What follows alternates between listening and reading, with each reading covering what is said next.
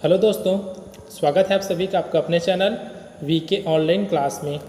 तो आज के इस वीडियो में हम लोग बात करने वाले हैं दोस्तों सामान्य विज्ञान प्रश्नोत्तरी के भाग 3 में। यह दोस्तों इस सीरीज का तीसरा वीडियो है जो कि सी टेट, आर टेट और जितने भी टेट होते हैं सभी स्टेट के टेट के लिए अत्यंत महत्वपूर्ण है। और यह दोस्तों किसके लिए और उपयोगी है, तो छत्तीसगढ़ शिक्षक भर्ती जो होने वाला है दोस्तों 2022-23 में, उसके लिए अत्यंत उपयोगी है। साथ ही जो प्रतियोगिता परीक्षा में पूछे जाते हैं वहाँ से भी प्रश्न लिए गए हैं और जितने भी प्रश्न हैं दोस्तों लुसेंट के बुक से लिए गए हैं जो कि अत्यंत महत्वपूर्ण रहता है, आप सभी को पता है। तो आइए दोस्तों बिना देरी के वीडियो को स्टार्ट करते हैं। और स्टार्ट करने से पहले दोस्तों अगर आप लोगों ने अभी तक चैनल को सब्सक्राइब नहीं किया है तो चैनल को सब्सक्राइब करके बेल आइकन प्रेस कर दीजिए ताकि आने वाले वीडियो की नोटिफिकेशन आपको मिल सके। तो देखते हैं दोस्तों आज के प्रश्नों को। पहला प्रश्न है दोस्तों आज का और इस सीरीज के 61वें नंबर का प्रश्न है, वयस्क लाल रक्त कणिकाओं में नहीं पाई जाती। तो क्या नहीं पाई जाती दोस्तों, तो केंद्रक नहीं पाई जाती। याद रखिएगा, जो वयस्क लाल रक्त कणिकाएं होती है उनमें केंद्रक नहीं पाई जाती। अगला प्रश्न है, मानव शरीर की सबसे छोटी कोशिकाएं हैं तो लाल रक्त कणिकाएं, ये क्या है दोस्तों, तो मानव शरीर की सबसे छोटी कोशिकाएं हैं। अगला प्रश्न देखते हैं दोस्तों। प्रश्न है, मानव शरीर की सबसे कम जीवन काल वाली कोशिकाएं कौन सी है, तो आहार नाल की कोशिकाएं। ये क्या होती है दोस्तों, तो मानव शरीर में ऐसी कोशिकाएं हैं जिनका जीवन काल बहुत ही कम समय वाला होता है। उसी प्रकार अगला प्रश्न है, कोशिका द्रव्य में कार्बोहाइड्रेट की मात्रा होती है तो 1%। ठीक है दोस्तों, किसमें, तो कोशिका द्रव्य में पूछा गया है, याद रखिएगा। तो इसमें जो कार्बोहाइड्रेट की मात्रा होती है टोटल 1% होती है। अगला प्रश्न है, मानव शरीर में पाए जाने वाली अमीनो अम्लों की संख्या होती है दोस्तों, तो कितने अमीनो अम्ल होते हैं, तो 20 होते हैं दोस्तों। ठीक है, उसी प्रकार अगला प्रश्न है, मानव शरीर की सबसे बड़ी ग्रंथि है, तो यकृत है दोस्तों मानव शरीर की सबसे बड़ी ग्रंथि। देखते हैं दोस्तों अगला प्रश्न क्या है। तो अगला प्रश्न है दोस्तों, भोजन के प्रमुख अवयव होते हैं, तो क्या होते हैं दोस्तों, जो भोजन के प्रमुख अवयव होते हैं वो होते हैं वसा, प्रोटीन और कार्बोहाइड्रेट। ठीक है दोस्तों, तो ये क्या है, भोजन के प्रमुख अवयव हैं, इसको याद रखिएगा दोस्तों। क्या क्या है एक बार फिर से देखते हैं, तो वसा, प्रोटीन और कार्बोहाइड्रेट। उसी प्रकार अगला प्रश्न है दोस्तों, उच्च श्वासित वायु में कार्बन डाइऑक्साइड की मात्रा होती है, तो 17% होती है दोस्तों कार्बन डाइऑक्साइड की मात्रा।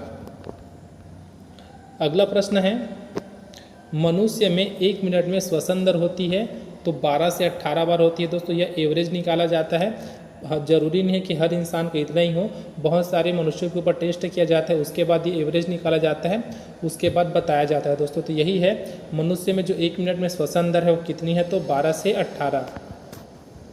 अगला प्रश्न है दोस्तों, बिच्छू में श्वसन अंग होते हैं, तो क्या होते हैं दोस्तों, जो बिच्छू में श्वसन अंग है तो क्या है, तो पुस्त फुफ्फुस होते हैं बिच्छू में श्वसन अंग। उसी प्रकार अगला प्रश्न है दोस्तों, जन्म के समय शिशु में श्वसन दर होती है, तो 35 बार प्रति मिनट। ये क्या है दोस्तों, जन्म के समय है। ठीक है, तो वयस्क होते होते यह कम हो जाती है, जो श्वसन दर है वह प्रति मिनट। ठीक है, तो बच्चों में कितनी होती है, जो जन्म के समय वो है 35 बार प्रति मिनट। अगला प्रश्न है दोस्तों, उसी प्रकार श्वसन दर सबसे कम होती है। ठीक है दोस्तों, क्या है, श्वसन दर सबसे कम होती है करके पूछा गया है, कब होती है, तो सोते समय होती है दोस्तों श्वसन दर सबसे कम।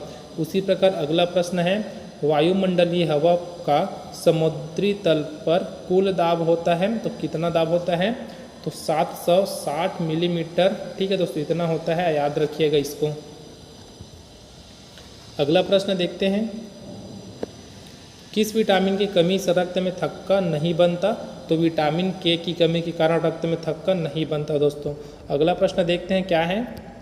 प्रश्न है दोस्तों, मनुष्य का हृदय कितने कोष्ठीय होता है, तो 4 कोष्ठीय होता है दोस्तों, पता है हमको, जो मनुष्य का हृदय होता है वह। उसी प्रकार अगला प्रश्न है, सार्वत्रिक दाता रक्त समूह होता है, तो ओ रक्त समूह होता है दोस्तों। क्या होता है, ये डोनर होता है, याद रखिएगा, जो ओ रक्त समूह है वह। उसी प्रकार दोस्तों अगला प्रश्न है, हृदय की स्पंदन की जांच करने की प्रक्रिया कही जाती है, तो ईसीजी कहते हैं दोस्तों, याद रखिएगा। हृदय की स्पंदन की जांच करने की जो प्रक्रिया है वो उसका नाम क्या है, ईसीजी। ये इंजन क्लच गियर वाला ईसीजी नहीं है दोस्तों, इसको भी याद रखिएगा, जो विज्ञापन में आता है ना वो वाला नहीं है। अगला प्रश्न है दोस्तों, रक्त अम्लीय या क्षारीय होता है, बताना है रक्त का क्या है, अम्लीय होता है या फिर क्षारीय होता है। तो इसका जो आंसर हो जाएगा दोस्तों वो हो जाएगा क्षारीय। तो रक्त क्या होता है दोस्तों, क्षारीय होता है, और जिसका पीएच मान कितना होता है तो 7.4 होता है, इसलिए यह क्षारीय होता है। अब देखते हैं दोस्तों थोड़ा सा इसके बारे में। ये आपका रहता है पीएच मान, अगर किसी का पीएच मान 7 है तो वह उदासीन होता है। जैसे जल का रहता है पीएच मान जो होता है दोस्तों 7 रहता है। अब 7 से अगर कम आता है दोस्तों इधर तो वो क्या होता है, अम्लीय होते जाता है, और 7 से अगर अधिक होता है तो क्या होता है, वो क्षारीय होता है। मतलब अगर 7 के बाद इधर 6, 5, 4, 3, तो इधर जितना कम रहेगा वह उतना ही स्ट्रांगली क्या रहेगा दोस्तों, अम्लीय रहेगा।